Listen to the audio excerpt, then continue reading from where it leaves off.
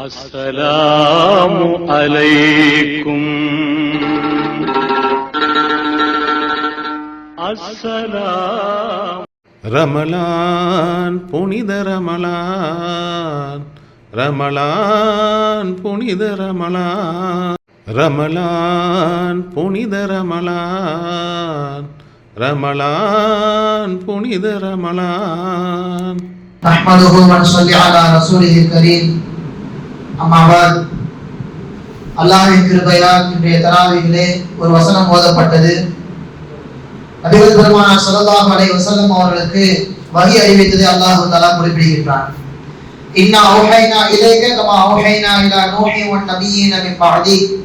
ஹஜ்ரத் நூஹ் அலைஹிஸ்ஸலாம் அவர்களுக்கும் அவர்களுக்கு பின்னால் வந்த நபிமார்களுக்கும், அதாவது ஹஜ்ரத் இப்ராஹிம் அலைஹிஸ்ஸலாம், ஹஜ்ரத் இஸ்மாயில் அலைஹிஸ்ஸலாம், ஹஜ்ரத் இஸ்ஹாக் அலைஹிஸ்ஸலாம், யாக்கூப் அலைஹிஸ்ஸலாம், ஈசா அலைஹிஸ்ஸலாம், அய்யூப் அலைஹிஸ்ஸலாம் என்று தொடர்ந்து அல்லாஹ் தஆலா வரிசைப்படுத்துகிறான். இவர்களுக்கு நாம் வஹி அறிவித்ததை போன்றே நாயகமே உங்களுக்கு நாம் வஹி அறிவிக்கிறோம் என்பதாக அல்லாஹ் தஆலா அந்த வசனத்திலே சொல்லி முடிக்கின்றான். அதன் அடிப்படையிலே இன்றைய தினம் வஹியை குறித்தும் வஹியின் வகைகள், பெருமானார் ஸல்லல்லாஹு அலைஹி வஸல்லம் அவர்கள் வஹி வருகின்ற சமயத்திலே எப்படிப்பட்ட நிலைக்கெல்லாம் மாறுகிறார்கள் என்பதை பற்றிதான் சிந்தித்து உணர வேண்டும். ஒரு அடியாரிடம் அல்லாஹ் பேச வேண்டும் என்று முடிவெடுத்து விட்டால் அவன் எந்த வகையில் பேசுவான் என்பதாக குர்ஆனில் கூறுகின்றான்.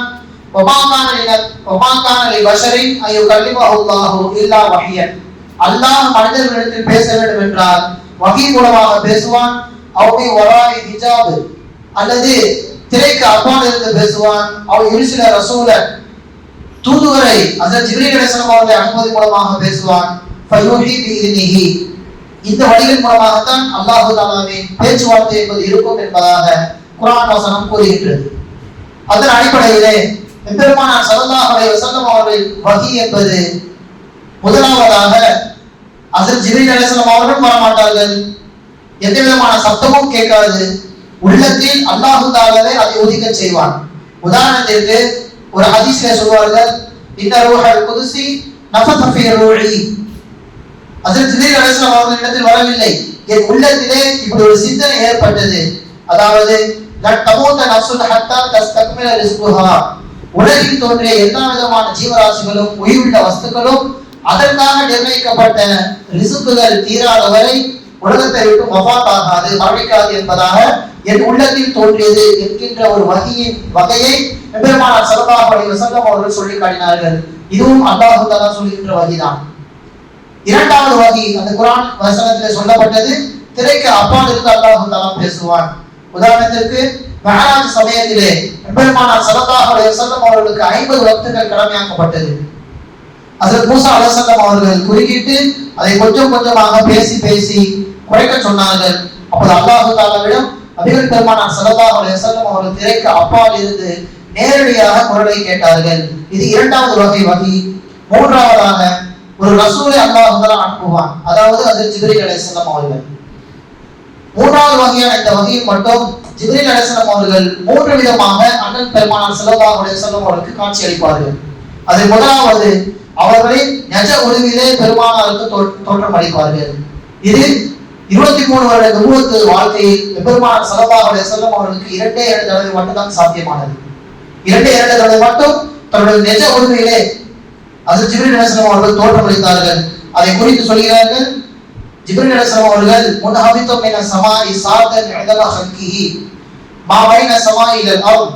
ஜிப்ரீல் அலைஹிஸ்ஸலாம் அவர்கள் சொந்த உருவத்தில் வருகின்ற பொழுது வானம் பூமி அனைத்தையும் கொஞ்சம் கூட இடைவெளி விடாமல் ஒட்டுமொத்த இடத்தையும் அடைத்தவராக தன்னுடைய ஒரிஜினலான உண்மையான உருவத்திலே வந்தால் அதை போன்ற ஒரு தோற்றத்தை 2 தடவை முறை மட்டும் தான் நான் பார்த்தேன் என்பதாக நபிகள் பெருமானார் ஸல்லல்லாஹு அலைஹி வஸல்லம் அவர்கள் சொல்லி காட்டினார்கள்.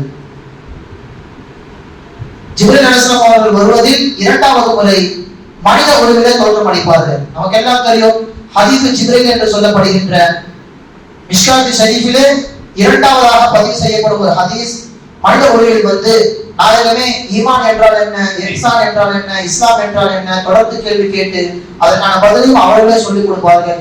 இது ஜிப்ரீல் அலைஹிஸ்ஸலாம் அவருடைய ஒரு வழிமுறை. சஹாபா பெருமக்களுக்கு இப்படி மனித உருவத்தில் வந்து பாடம் எடுப்பார்கள். பெரும்பாலும் அவர்கள் மனித உருவத்தில் வருகின்ற பொழுது நபி தோழர்களில் தெய்யத்தின் கலவி என்று சொல்லப்படுகின்ற ஒரு நபித்தோழர் உருவத்தில் தான் வருவார்கள். அந்த சஹாபாக்கள் மிகவும் அழகானவர். எப்பொழுதெல்லாம் ஜிப்ரீல் அலைஹிஸ்ஸலாம் அவர்கள் அந்த நபர் உருவத்தில் வருகிறார்களோ அன்றைய தினம் திஹியத்துல் கலவி சபைக்கு வரமாட்டார். அதனாலே சஹாபாக்களுக்கு இன்று வந்தது திஹியத்துல் கலவியா அல்லது அவர் உருவத்தில் வந்த ஜிப்ரீலா என்று கொஞ்சம் விலகி இருப்பார்கள். ஒரு பதட்டம் அவர்களுக்கு மத்தியிலே இருக்கும். இது ஜிப்ரீல் அலைஹிஸ்ஸலாம் அவர்கள் மனித ரூபத்தில் வருகின்ற இரண்டாவது முறை. மூன்றாவது இது பெருமானார் ஸல்லல்லாஹு அலைஹி வஸல்லம் அவர்கள் சொன்னது, ஒட்டுமொத்த வகையிலும் எனக்கு மிகவும் கஷ்டத்தை தரக்கூடிய என்னையே ஒரு ஒழுக்கக்கூடிய ஒரு வகை மணி ஓசை கேட்கும். மணி ஓசை வருகின்ற பொழுது எனக்கு அல்லாஹ்வின் திரு வசனங்கள் எனக்குள்ளே இறக்கப்படும். அப்பொழுது அதை போன்ற ஒரு கடுமையான ஒரு வழியை நான் எப்போதும் உணர்ந்ததே கிடையாது.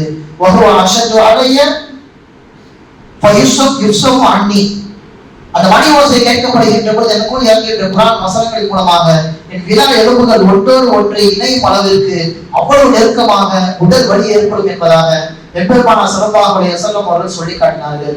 இதுவெல்லாம் குர்ஆனிலே கூறப்பட்டுள்ள 3 வகை வகி. ஹதீஸிலே ஒரு வருகிறது 4வது வகை. அவ்வளவு புதியதிஹி ரசூலுல்லாஹி ஸல்லல்லாஹு அலைஹி வஸல்லம் மினல் வஹி அர்-ருய்யா ஸாலிஹா. அன்னை ஆயிஷா ரலியல்லாஹு தஆலா அன்ஹா அவர்கள் அறிவிக்கிறார்கள், பெருமானார் ஸல்லல்லாஹு அலைஹி வஸல்லம் அவர்களுக்கு நுபுவத் கொடுக்கப்படுகின்றதற்கு சில தினத்திற்கு முன்பாக நல்ல சில கனவுகள் ஏற்பட்டது. எப்படி என்றால் அன்றைய இரவு அவர்கள் கனவு காண்பார்கள், அடுத்த தினம் அது நிஜத்தில் படைத்துவிடும். இது நபிகளாருக்கு ஒட்டுமொத்த நபிமார்களுக்கும் அல்லாஹ் தஆலா கனவின் மூலமாக சில வகை செய்திகளை அறிவிப்பான். அதனால்தான் ஹஜ்ரத் இப்ராஹிம் அலைஹிஸ்ஸலாம் அவர்களுக்கு தன்னுடைய மகனை அறுக்க வேண்டும் என்று நேரடியாக அல்லாஹ் தஆலா வகை அறிவிக்கவே இல்லை. ஜிப்ரீல் அலைஹிஸ்ஸலாம் அவர்களும் வரவில்லை, உள்ளத்திலும் அல்லாஹ் தஆலா ஒதுக்க வைக்கவில்லை. கனவிலே தொடர்ந்து பார்த்தார்கள். கனவில் சொல்வதை வைத்து அல்லாஹ் நம்மிடத்தில் ஏதோ சொல்ல வருகிறான் போல என்று எண்ணியவர்களாக அறுப்பதற்கு முனைப்பட்டார்கள், முனைந்தார்கள் என்பதை நாம் குர்ஆன் வாயிலாக பார்க்கின்றோம். எனவே இந்த 4 வகையான வகையின் மூலமாக பெருமானார் ஸல்லல்லாஹு அலைஹி வஸல்லம் அவர்களுக்கு 23 வருட குர்ஆனிய வாழ்க்கை ஒட்டுமொத்தமாக குர்ஆன் இறக்கப்பட்டது. அடுத்த சஹாபாக்கள் எப்படியெல்லாம் நாயகம் ஸல்லல்லாஹு அலைஹி வஸல்லம் அவர்கள் வஹி வரும் பொழுது கஷ்டப்படுவார்கள், அவர்கள் எப்படியெல்லாம் மாறும் என்பதாக நமக்கு அறிவிக்கிறார்கள். முதலாவதாக சபையில் நாயகம் ஸல்லல்லாஹு அலைஹி வஸல்லம் அவர்கள் பேசிக்கொண்டே இருப்பார்கள். அவர்கள் வஹி வருகின்ற சமயத்திலே கண்ணை மூடிவிடுவார்கள். அப்பொழுது எங்கள் காலத்தில் நாங்கள் அனைவரும் கேட்டோம், சுமியா இந்த வஜிஹி கதவீல் நஹிலி. நபிகள் பெருமானார் ஸல்லல்லாஹு அலைஹி வஸல்லம் அவர்கள் முகத்திற்கு முன்னால் தேனீக்களின் கூட்டம் சுற்றுவதை போன்று, அதாவது அரபியிலே ஜா என்கின்ற உச்சரிப்பை சொல்கின்ற பொழுது என்ன ஒரு சப்தம் வெளியே வருகின்றதோ அது போன்ற ஒரு ஓசை தேனீக்களின் கூட்டம் நபிகள் பெருமானார் ஸல்லல்லாஹு அலைஹி வஸல்லம் அவர்கள் முகத்திற்கு முன்னாக சுற்றுவதை போன்ற எங்களுக்கு எல்லாம் கேட்கும். அதை வைத்து நாங்கள் புரிந்து கொள்வோம் நபிகளாருக்கு வஹி ஏற்றுக் கொண்டிருக்கிறது என்பதாக. இரண்டாவதாக நபிகள் பெருமானார் ஸல்லல்லாஹு அலைஹி வஸல்லம் அவர்களுக்கு வஹி வருகின்ற சமயத்திலே ஒட்டுமொத்த கிளைமேட்டும் மாறிவிடும். அதாவது குளிர்காலம் என்றால் பெருமானாருக்கு வேர்க்கும், வெயில் காலம் என்றால் பெருமானார் ஸல்லல்லாஹு அலைஹி வஸல்லம் அவர்களுக்கு கடுமையாக குளிரும். இதுதான் அவர்களுடைய முதல் வஹி சமயத்தில் ஏற்பட்டது. அது ஜிப்ரீல் அலைஹிஸ்ஸலாம் அவர்களை பார்த்தவுடன் வேகமாக ஓடி வருகிறார்கள். அது கோடை காலம். ஆனால் வீட்டில் வந்து அன்னை ஹதீஜா ரலியல்லாஹு தஆலா அன்ஹா அவர்களிடத்தில் சொன்ன வார்த்தை என்ன? என்னை போர்த்தி விடுங்கள், என்னை போர்த்தி விடுங்கள், ஜம்மிலூனி ஜம்மிலூனி என்பதாக சொல்வார்கள். நமக்கு எல்லாம் ஓடி வந்தால் வேர்க்கும், ஃபேனை போட்டு நம்ம காத்து வாங்குவதற்காக உட்காருவோம். நாயம் அப்படி செய்யவில்லை, போர்த்தி விடுங்கள், குளிர்கிறது என்பதாக சொன்னார்கள். இதுதான் இரண்டாவது வகை. அதை ஆயிஷா ரலியல்லாஹு தஆலா அவர்களே சொல்கிறார்கள், வஹி வருகின்ற சமயத்திலே ஃபயஸ்ஸிமு அன்ஹு வ இன்ன ஜபீனஹு லயதஃபஸ்ஸல் அரகன். உடல் முழுக்க தொப்பையாக நபிகள் ஸல்லல்லாஹு அலைஹி வஸல்லம் அவர்கள் முழுவதுமாக நனைந்து விடுவார்கள். ஆனால் அது குளிர்காலமாக இருக்கும் என்பதாக சொல்கிறார்கள். மூன்றாவது வகை, எப்பொழுதெல்லாம் நாயகத்திற்கு வஹி வருகின்றதோ உடல் எடை கூடிவிடும். இயற்கையாக அவர்கள் இருக்கின்ற இடையை விட உடல் எடை அதிகரித்து விடும். சொல்ல போனால் பாலைவன கப்பல் என்று சொல்லப்படுகின்ற ஒட்டகத்திற்கு கூட நபிகளாரை சுமக்கின்ற அந்த பூ உடலை கூட ஒட்டகத்தால் தாங்க முடியாது. ஒரு ஹதீஸ்ல வருகின்றது, நபிகள் பெருமானார் ஸல்லல்லாஹு அலைஹி வஸல்லம் அவர்கள் ஒட்டகத்தில் இருக்கின்ற பொழுது வஹி வர ஆரம்பிக்கிறது. உடனே அந்த ஒட்டகம் என்ன செய்யுது? வஹுவ அலா ராஹிலத்திஹி ஃபதத்ரிபு பிஜிரானிஹா. அந்த சுமையை தாங்க முடியாமல் தலையோடு தலையாக அது படுத்து விட்டது என்பதாக ஹதீஸ்ல வருகிறது. ஹஜ்ரத் ஸைத் இப்னு சாபித் ரலியல்லாஹு தஆலா அவர்கள் சொல்லி காட்டினார்கள், ஒரு நாள் நான் சமணம் விட்டு அமர்ந்திருந்தேன். எனக்கு அருகிலே பெருமானார் ஸல்லல்லாஹு அலைஹி வஸல்லம் அவர்கள் இருந்தார்கள். அவர்களின் தொடை என் தொடையின் மீது இருந்தது. நாயகத்துக்கு வஹி வருகின்ற சமயத்திலே உடல் எடை கூட கூட அவர்களின் தொடை என் தொடை மீது இருந்தது அல்லவா, என் தொடை எலும்பு உடைந்து விடுமோ என்று நினைக்கின்ற அளவிற்கு உடல் எடை கூடிக்கொண்டே போனார்கள். இதேதான் நம்ம ஆயிஷா ரலியல்லாஹு தஆலா அன்ஹா அவர்கள் சொல்லி காட்டினார்கள். நபிகளாரின் தலை என் மடியிலே இருந்தது, படுக்க வைத்திருந்தேன். திடீரென்று வகி வந்தது, என் தொடை எலும்பு முடிந்து விடுமோ என்று எண்ணுகின்ற அளவிற்கு வெறும் தலை மட்டுமே அவ்வளவு பாரமாக மாறிவிட்டது என்பதாக சொல்லி காட்டினார்கள். நான்காவதாக வகி வருகின்ற பொழுது தன் தலையை தொங்க போட்டு விடுவார்கள். ஒட்டுமொத்த சஹாபாக்களின் சபையும் அமைதியாக மாறிவிடும். பிறகு தலையை நிறுத்தி மற்ற வகி சஹாபாக்களுக்கு அறிவிப்பார்கள். ஐந்தாவதாக எப்பொழுதெல்லாம் வகி வருகின்றதோ கடுமையான ஜுரம் ஏற்பட்டுவிடும். அல்லது அதற்கு நேர் மாற்றமாக உடல் முழுக்க அவருக்கு குளிர்ச்சியாக மாறிவிடும் என்பதாக 5 விதமான நபிகள் ஸல்லல்லாஹு அலைஹி வஸல்லம் நிலையை சஹாபா பெருமக்கள் அறிவித்து தருகிறார்கள். இப்படி பல கஷ்டங்களுக்கு பிறகுதான் நமக்கு இந்த குர்ஆன் என்பது நம் கையில் கிடைத்தது. எனவே அந்த கஷ்டத்தை உணர்ந்து நபிகள் ஸல்லல்லாஹு அலைஹி வஸல்லம் அவர்கள் எதற்காக வேண்டி பாடுபட்டார்களோ அதை முழுமையான முறையில் நாம் பின்பற்றி குர்ஆனை மஹப்பத்தோடு ஓதி ரமலானை சலாமத்தான முறையில் கழிப்பதற்கு அல்லாஹ் தஆலா தௌஃபீக் செய்வானாக. இன்றைய தினம் ஒரு அமல் என்னவென்றால் 4 விஷயங்கள் ஒருவருக்கு ஒரு நாளில் அமைந்து விட்டால் அவர் சொர்க்கவாதி என்பதாக நாயகம் ஸல்லல்லாஹு அலைஹி வஸல்லம் அவர்கள் சொல்லி காட்டினார்கள். முதலாவதாக அவர் நோன்பு வைத்திருக்க வேண்டும். இரண்டாவதாக ஜனாசா தொழுகை தொழுதிருக்க வேண்டும். மூன்றாவதாக ஏதேனும் ஒரு ஏழைக்கு உணவு அளித்திருக்க வேண்டும். நான்காவதாக நோயாளியை நலம் விசாரித்திருக்க வேண்டும். இந்த 4 விஷயங்கள் ஒரே நேரத்தில் ஒரே நாளிலே மகிழ்ந்து அடுத்த மகிழ்வு வரைக்கும் நடந்திருந்தது என்றால் அவர் நிச்சயம் சொர்க்கவாசி என்பதாக நாயகம் சொல்கிறார்கள். இதே கேள்வியை சஹாபாக்களின் சபையிலே கேட்கின்ற பொழுது 4 கையை தூக்கியவர்கள் அபூபக்கர் சித்திக் ரலியல்லாஹு தஆலா அன்ஹு. நேரடியாக அவர்களை பார்த்து சொன்ன வார்த்தை, அபூபக்கர் நீங்கள் சொர்க்கத்திற்குரியவராக மாறிவிட்டீர்கள் என்பதாக சொன்னார்கள். எனவே வாய்ப்பு கிடைக்கின்ற பொழுது இந்த 4 நாம் அமல் செய்தால் உலகத்திலேயே நாம் சொர்க்கவாதி என்பதாக பெயர் பெற்று விடலாம். எல்லாம் அல்லாஹ் சுப்ஹானஹு வ தஆலா சொன்னதின்படி கேட்டதின்படி அமல் செய்வதற்கு தௌஃபீக் செய்வானாக.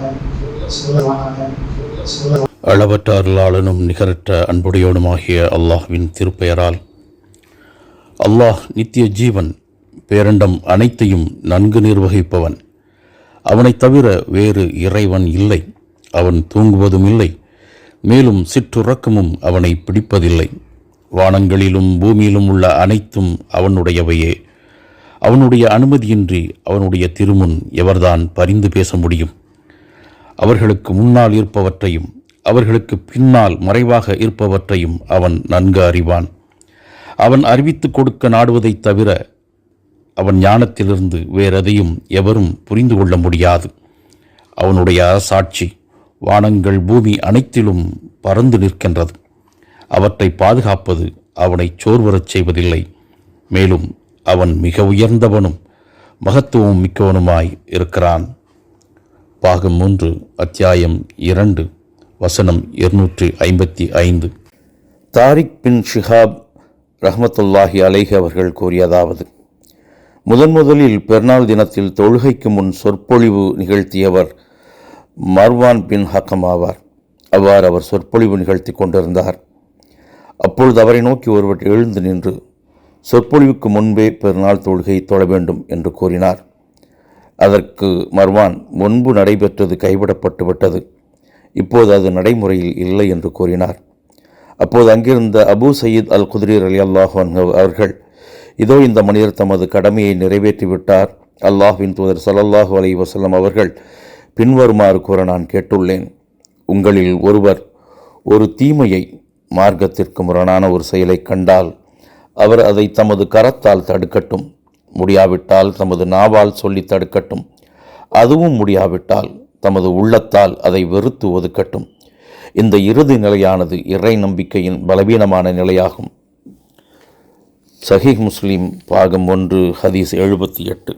அல்லாஹ்வின் தூதர் ஸல்லல்லாஹு அலைஹி வஸல்லம் அவர்கள் கூறினார்கள், அல்லாஹுவையும் மறுமை நாளையும் நம்பியவர் ஒன்று நல்லதை பேசட்டும் அல்லது வாய்மூடி இருக்கட்டும்.